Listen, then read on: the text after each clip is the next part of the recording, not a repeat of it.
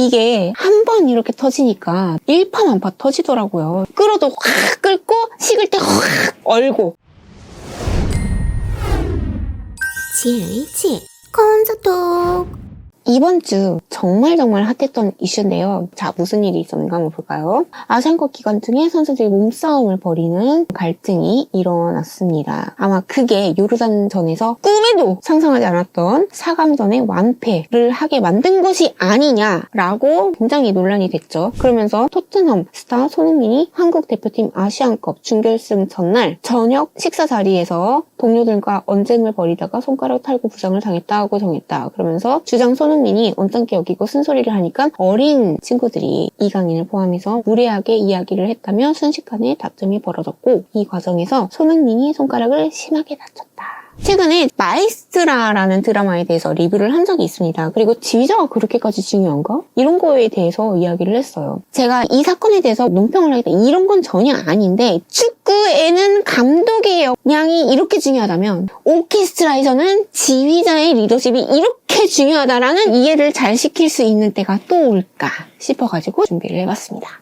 혁신을 사랑하는 연주자 AI 퍼포머 축구도 예체능 이란 말이에요. 예술계의 프리미어리그 탑급 팀의 운용을 하는 게 오케스트라 운용을 하는 거라고 좀 보시면 될 것 같아요. 약간 비슷하잖아요. 축구협회가 있고 이사장이 있고 단장이 있고 오케스트라도 마찬가지거든요. 그리고 11명의 선수 중에 손흥민 선수가 뭡니까? 당당하게 토트넘에서 주장이잖아요. 주장이 있는 것처럼 오케스트라에는 악장이 있습니다. 이번에 손흥민 선수가 이렇게 대두가 되고 하는 것처럼 악장의 역할이 또 그만큼 중요해요. 그래서 마이스트라에서 보면 최연소 입단한 얘한테 갑자기 악장을 하라고 하니까 분노하고 일어났던 이유가 바로 이거예요. 이제 이해가 되시죠? 뭐 악장 그거 뭐 앞에서 이렇게 연주 잘하면 되는 거 아니야? 연주 잘한다고 하니까. 이게 아니라 이런 논란과 분열이 생겼을 때 이걸 봉합해야 되는 책임감, 바로 악장의 역할이다. 그리고 또 실제로 클린스만의 역할이었죠. 새로 데려온 외국인처럼 이영희 씨도 외국에서 들어온 여자가 갑자기 들어오더니 그들만의 20년 동안 보스였던 악장을 맨 뒤로 가라고 하고, 엊그저께 새로 입단한 최연소 단원을 악장으로 앉히니까 노발대발 했던 거예요. 이제 좀 더 와닿지 않나요? 그때 혹시라도 이해가 안 되셨던 분이 있으면.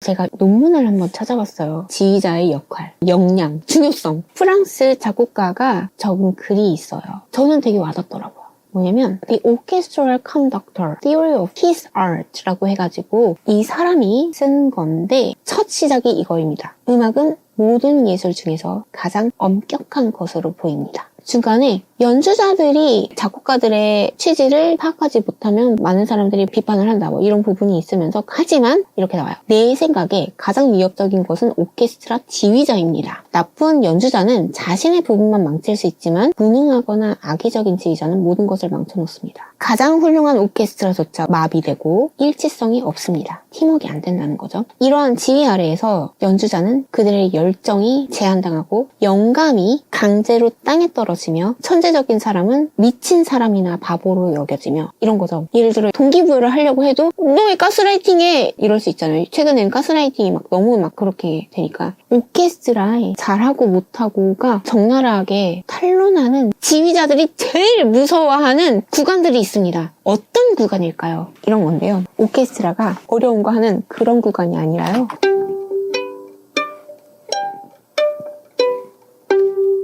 이렇게 오케스트라 전체가 피치카토로 하는 부분들이 있어요. 지휘자들이 제일 긴장합니다. 왜냐면 그때 하나의 음으로 들리느냐 안 들리느냐가 그 오케스트라의 역량 표출이 되기 때문에 지휘자들이 제일 어려워라 합니다. 근데 그게 안 되면 오케스트라의 음악도, 연주적인 질도, 듣는 사람이 제대로 감동을 할 수가 없게 되겠죠. 그렇기 때문에 지휘를 못하는 게 악의적이라는 게 아니라 하나의 오케스트라로 발전시키지 못하는 게 능력이 없는 거다, 이렇게 표현을 한 거라고 볼 수 있겠습니다. 그래서 클린스만 같은 감독만 있느냐, 약간 이런 거였잖아요. 왜 그렇게 싸우는데 본인은 두 손 놓고 있냐, 이런 거가 약간 비판의 대상이었던 것으로 보입니다. 하지만 최근에 하네. 조심스럽긴 하지만 이런 생각도 좀 들어요. 손흥민 선수도 어쩔 도리가 없겠구나. 왜냐면 잘 해보자 이런 게 왜 나 가스라이팅 하려고 그래 해버리면 끝나는 경우가 많이 있어요. 동기부여인데. 아니면 왜 멘토를 삼아요? 그 사람이 얼만큼 열심히 했고 또 어려울 때 어떻게 좌절하지 않고 불굴의 의지를 발휘를 했는지 그거를 보고 나도 그렇게 하고 싶어서 하는 거잖아요. 그 멘토가 과거에 그렇게 했으니까 멘토잖아요. 그럼 지금 그 사람을 멘토를 삼으라고 하려 치면 예전 이야기를 하는 거니까 라떼는이 되어버리죠. 그러면 꼰대예요. 그래가지고 무조건 잘한다가 좋은 건 아닐 텐데 독일이 그럼 항상 잘한다만 하니까 그러는 건가? 오해를 하실까봐 어떤 사람을 소개해드리려고 합니다. 독일에 아주 유명한 단어가 있어요. Qualität kommt von Qual. 이게 무슨 뜻이냐면 고통이 동반되지 않은 최상급은 없다. 뭐 이런 의미예요. 누가 이야기를 해서 유명한 말이냐면 이 사람이 말을 해서 유명해지게 되었습니다.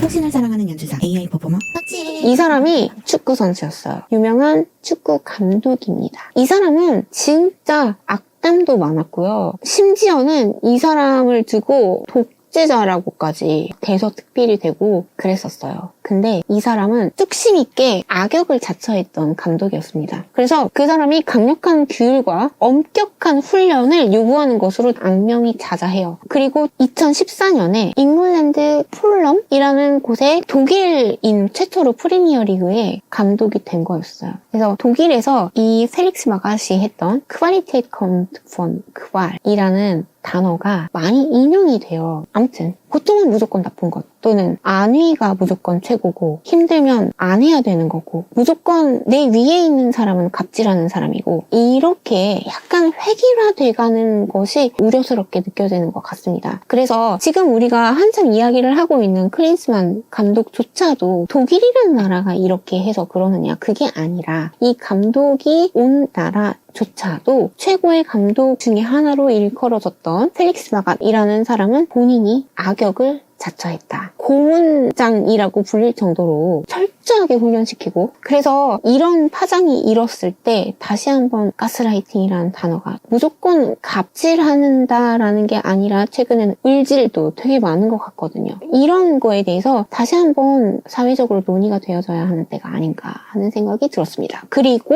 리더로서의 자질이 이만큼 중요하다. 그리고 리더로서의 자질이라는 거는 본인의 능력에서 나오는 게 아니라 한 사람 한 사람으로부터 베스트를 이끌어내느냐 이게 정말 중요하다. 그리고 무엇보다 이번 기회가 아니면 언제 다시 오리 해가지고 마이스트라라는 넷플릭스 영화가 나오고 그리고 감독의 역할에 대해서 대두가 되고 있을 때처럼 오케스트라를 이끄는 그 지휘자라는 역할에 대해서 여러분께 이렇게 교육시켜드릴 기회가 또 언제 다시 오랴 싶어가지고 이렇게 가지고 왔습니다. 자, 좀 인사이트가 있는 시간이었길 간절히 바라봅니다.